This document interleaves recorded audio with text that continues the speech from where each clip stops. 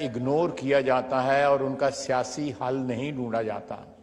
मैं सियासी हल के ऊपर जो है ना,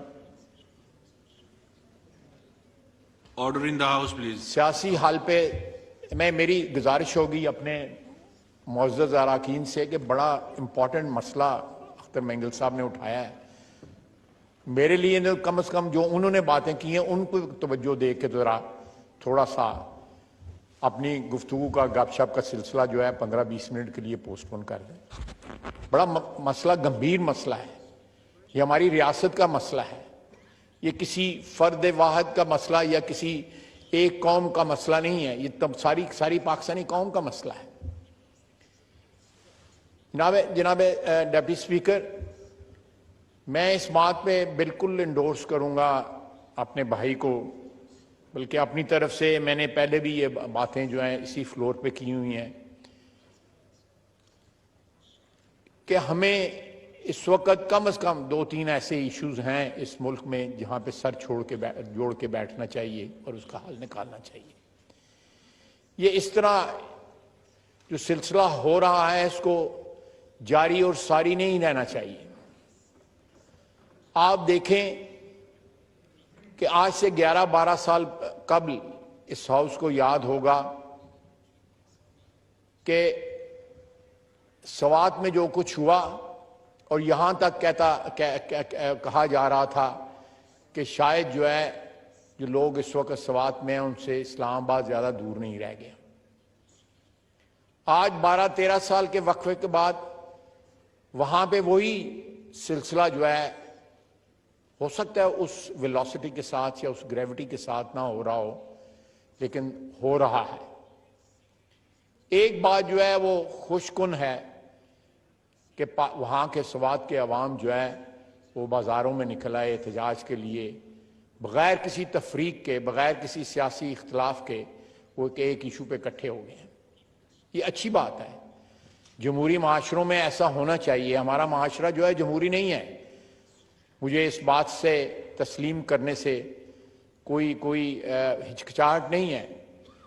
ये क्वाज़ाई जमहूरी माशरा है जिसमें हम रह रहे हैं इस वक्त, और उसको डिफाइन करना जिस तरह मेरे भाई अख्तर मेंगल साहब ने किया है, मैं समझता हूं कि ये जो बैगेज है ये पिछले कई दहाइयों से, मैं समझता हूं ये खुसूसन कई दहाइयों से मैं समझता हूं ये खुसूसन मैं अर्ज करूंगा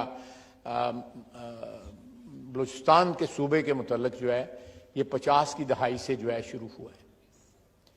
और उसके बाद जो एग्रीमेंट हुए, जो समझौते हुए और उन समझौतों की खिलाफ वर्जी हुई और समझौतों की खिलाफ वर्जी के नतीजे में खून बहा, लोगों को फांसियां लगाई गई।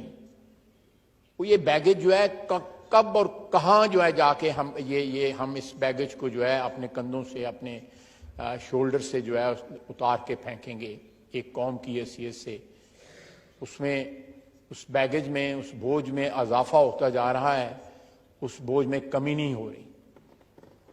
आज भी मैंने यहां पे आज से चंद माह कबल इस हाउस को याद होगा, मेरे भाइयों को याद होगा, मेंगल साहब को भी याद होगा, शाहजैन साहब भी बैठे हुए हैं, मैंने बलूचिस्तान की हुकूमत पे नुक्ता चीनी करने की जिसारत की थी।